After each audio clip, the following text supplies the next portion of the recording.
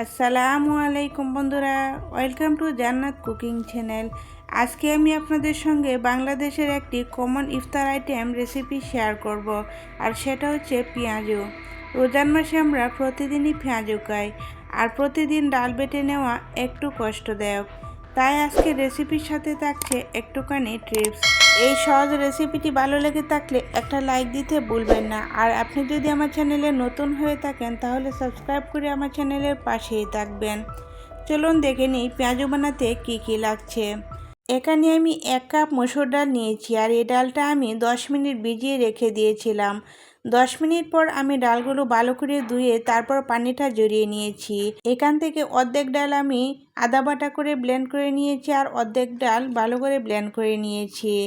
ভালো করে ব্লেন্ড করে নিলে দেখবেন এটা বাইন্ডিংয়ের কাজ করবে, আর আদা বাটা করে নিলে ওটা খুবই মুচমুচে হবে পেঁয়াজগুলো। এখন আমি ডাল বাটাটা সাইড করে রেখে দিয়েছি। একটা মিক্সিং বলে নিয়েছি 1/2 কাপ পেঁয়াজ কুচি। যতটুকু ডাল নেবেন তার অর্ধেক পেঁয়াজ কুচি নিতে হবে। এখন দিয়ে দিচ্ছি 1/2 চা চামচ লবণ। লবণটা দিয়ে আমি 2 মিনিট কষলিয়ে নিয়েছি, তাহলে দেখবেন পেঁয়াজগুলো কিছুটা সফট হয়ে আসবে। এখন দিয়ে দিচ্ছি 1 টেবিল চামচ কাঁচামরিচ কুচি। কাঁচামরিচ আর পেঁয়াজটা আরও 1 থেকে 2 মিনিট কষলিয়ে নেব, তাহলে দেখবেন কাঁচামরিচ থেকে জালটা বের হয়ে আসবে। আপনারা চাইলে এখানে শুকনো মরিচের গুঁড়াও ব্যবহার করতে পারেন। এখন দিয়ে দিচ্ছি ডাল বাটাটা। এখানে আমি 1 কাপ ডাল বাটা নিয়েছি। সম্পূর্ণ ডাল বাটাটা আমি এখানে দেইনি। 1 কাপ ডাল বাটার জন্য 1/2 কাপ পেঁয়াজ কুচি দিতে হবে। এখন দিয়ে দিচ্ছি 1 চা চামচ ভাজা জিরা গুঁড়া।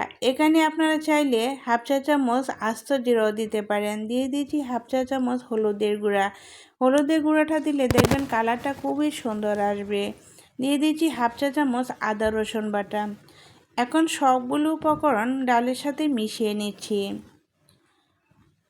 সবগুলো উপকরণ খুব সুন্দর করে মিশিয়ে নিতে হবে, যাতে ডালের সাথে সুন্দর করে মিশে যায়। আমার এই মিশ্রণটা কিছুটা নরম হয়ে গিয়েছে, যেহেতু আমি এখানে ডালের মধ্যে পানি দিয়ে তারপর ব্লেন্ড করে নিয়েছিলাম। আপনারা চাইলে শুকনো শুকনো করেও ব্লেন্ড করে নিতে পারেন। এখন দিয়ে দিচ্ছি 2 টেবিল চামচ ধনেপাতা কুচি। এই ধনেপাতা কুচিটা অপশনাল, কিন্তু দিলে খেতে খুবই ভালো লাগে। ধনেপাতা কুচিটা দিয়ে খুব সুন্দর করে মিশিয়ে নিয়েছি। এখন আমি দেখাচ্ছি কিভাবে আমি পেঁয়াজগুলো তৈরি করব। অল্প একটু মিশ্রণ হাতে নিয়ে হাতের সাহায্যে এরকম পাতলা করে তৈরি করে নিয়েছি। আমি একটু গোল শেপ দিয়ে তারপর পাতলা করে তৈরি করে নিয়েছি। আর এই ডাল পেঁয়াজগুলো যদি পাতলা করে তৈরি করা হয় তাহলে দেখবেন খুব দ্রুতই মুচমুচে হয়ে যায়। এগুলো ভেজে নেওয়ার জন্য চুলায় একটি প্যান বসিয়ে পর্যাপ্ত পরিমাণ তেল দিয়ে তেলটা ভালো করে গরম করে নিয়েছি, আর চুলার আঁচটা মিডিয়ামে রেখে দিয়েছি। ডাল পেঁয়াজগুলো বানিয়ে সাথে সাথে আমি তেলের মধ্যে দিয়ে দিচ্ছি।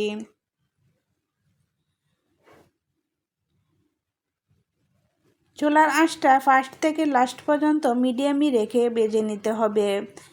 যখন দেখবেন ডাল পেঁয়াজগুলো কিছুটা শক্ত হয়ে যাবে তারপর উলটপালট করে ভেজে নেবেন। আমি আমার পছন্দ মতো করে ভেজে নিচ্ছি। আপনারা যেরকম খেতে পছন্দ করেন ওই রকম করে ভেজে নেবেন। এরকম করে আমি সবগুলো ডাল পেঁয়াজও ভেজে নিয়েছি। দেখেন মাশাআল্লাহ কত বেশি সুন্দর হয়েছে, খেতেও কিন্তু অনেক বেশি মজার ছিল। আশা করছি আপনাদের কাছে একটু হলেও ভালো লেগেছে। এভাবে একদিন ট্রাই করবেন, দেখবেন খেতে খুবই ভালো লাগে। বাজার থেকে আর কিনে খেতে হবে না। এভাবে যদি একবার তৈরি করেন দেখবেন বারবার আপনার নিজের মন থেকেই চাইবে এভাবেই খেতে।